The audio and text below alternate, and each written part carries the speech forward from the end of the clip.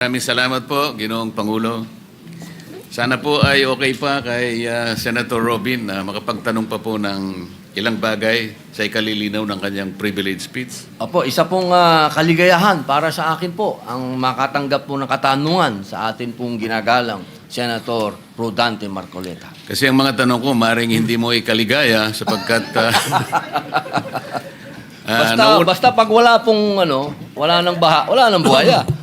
naunawaan ko po kasi ang pangangailangan ng mga measures kapag dumarating ang mga sakuna, lalong-lalo na po ang baha, na talagang wala naman pong kinikilalang tao yan o lugar, lahat sasagasaan po niya. Kaya naiisip po ninyo na maisalba natin ang ating mga komunidad, ang ating mga kababayan, kahit sa anumang paraan na mabisa. Yun po ba ang gusto nyo sabihin, Ginoong Pangulo? Opo, Ginoong Pangulo, kasi sa ngayon po, unang-una po sa lahat, maisalba. Kaya nga po tinatawag ko po na isang rescue operation to.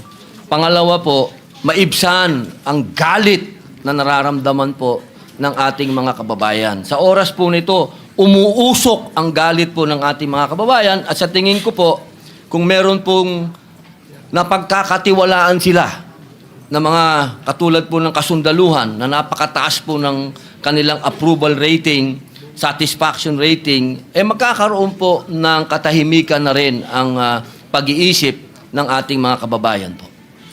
Tama po yung binanggit ninyo, Ginoong Pangulo, ngunit alam din naman po natin na kahit ano pong mga temporary measures ang pwede nating gawin para lang ma-alleviate natin yung suffering ng ating mga kababayan, ang tawag nga po nila dyan ay mga palliatives o mga cosmetic measures.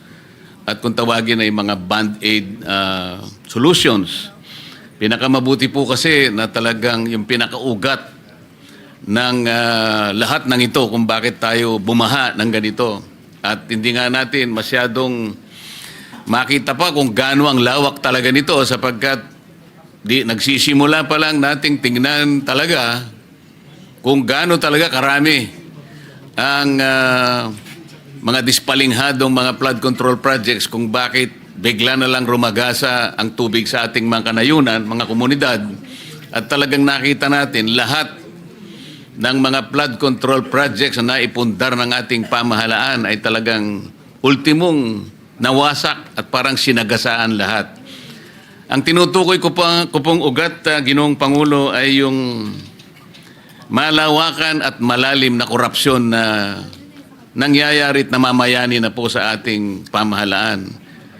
Kapag hindi po natin ito nasolusyonan, mananatili po tayong umahanap na lamang po ng mga band-aid solutions. Nakatutulong po, bakit hindi? Ngunit hindi po natin ganap na napapawi yung pagkamuhi o yung galit ng ating mamamayan sapagkat hindi nagagawa ng pamahalaan ng kanyang pangunahing tungkulin na nakasulat pa man din sa ating saligang batas. Nakatungkulan po ng Estado, Ginoong Pangulo, na kailangan pong yung kapakanan po ng kanyang mamamayan ay kinakailangang unang-una sa listahan ng pamahalaan na dapat po nilang asikasuhin. Tama po ba yun, Ginoong Pangulo? Tama po, naniniwala po tayo dyan. Kaya po natin na isulat ang akin pong pribilehiyong talumpati sapagkat kapag nanood po tayo ngayon ng balita at nakita po natin at naririnig ko pa nga po na ang magpapatuloy ng mga proyekto, ng mga katulad po ng mga nasirang proyekto, yung mga proyektong guni-guni, ang magtutuloy daw po ay yung paring-paring mga kontraktor. Kaya po ako lalong nagkaroon ng lakas na loob na gawin po itong talumpati na ito sapagkat kung pamimiliin po ako kung pamimiliin po ako mismo, kung sino dapat ang gumawa nito at magkakatiwalaan ko, hindi na po siguro yung mga kontraktor na yun. Kung hindi, ito na po sigurong AFP, COE, na matagal na pong gumawa ng mga proyekto, katulad po ng mga airport. Kapag airport po ang ginagawa niyan, ibig pong sabihin, matibay po talaga yung mga runway na ginagawa nito mga ito. At sa cost po, sa cost na kung ano po yung budget, nakakatipid pa po sila. Meron pa pong savings, Kaya po nung narinig ko po yon sa balita, sabi ko, siguro naman mas maganda itong aking itatalumpati dahil ito sigurado, number one, ang sundalo, disiplinado. Kapag ka gumawa sila ng kapalpakan, merong kaagad court martial. Merong andyan po kaagad. Talagang mabilis ang aksyon. Dito nga po, gumawa sila ng airport, 11 buwan lang.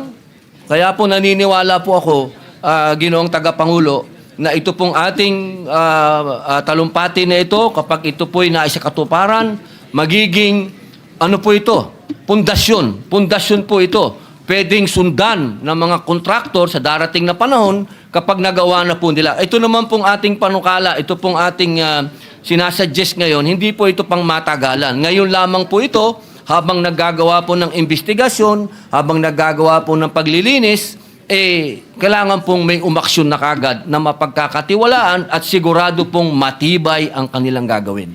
Salamat po sa inyong sagot. Ngunit ay nakakala ko rin na kahit gaano kagaling, kahit gaano kaseryoso, gaano man katapat ang pwede nating gamitin ng mga tao na pansamantalang makatutulong sa ating mga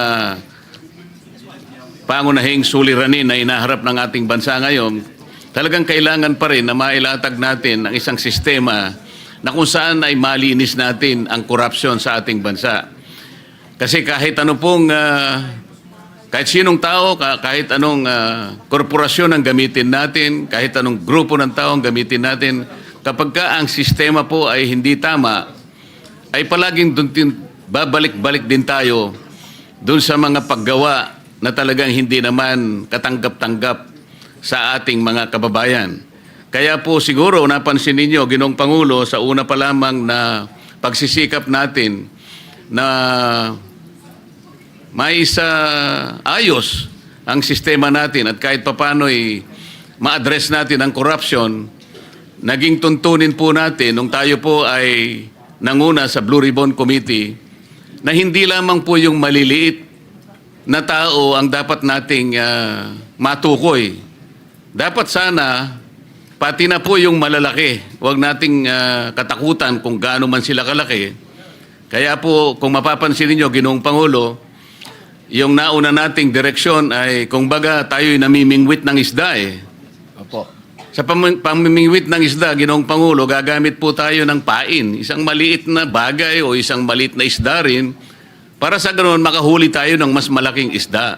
Tama po. Opo. Yun lamang po ang paraan kasi. Hindi man siguro ganap, maring hindi po natin lahat maayos. Ngunit kailangan nating matukoy, kailangan nating makilala.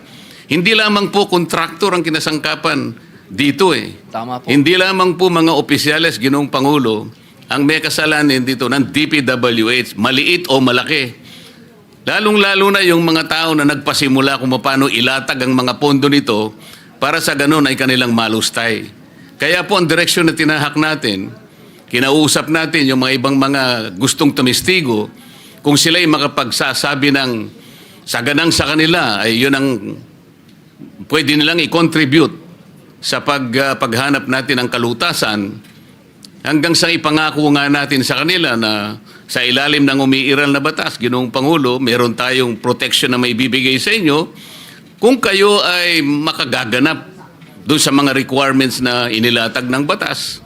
Kung halimbawa kayo'y makapag-apply at kayo naman ay susuriin kung talagang magiging karapat-dapat, okay kayo, matatanggap kayong witness, halimbawa, state witness, ay ganun po yung paraan na nilatag natin kasi hindi po madali na makatukoy tayo ng malalaki.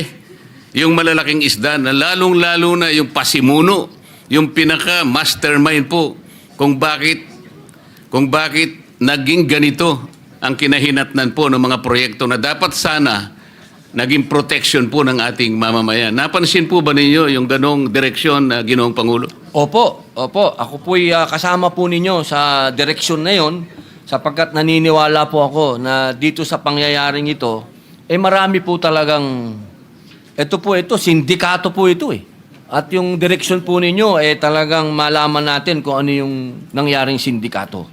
Salamat po at sana po ay yan din ang maging direksyon natin. Wala po tayong sisinuhin kung saan makapunta, kung sino po ang hahanapin ng ebidensyang ituturo Huwag po tayong mangimi, huwag tayong matakot.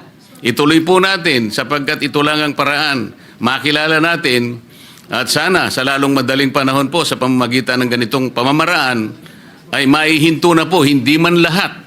Ngunit sana yung karamihan po ng ganitong gawain, maihinto po para sa ganon, makinabang naman po ang ating bansa. Sang-ayon po ba kayo sa ganon, Ginoong Pangulo?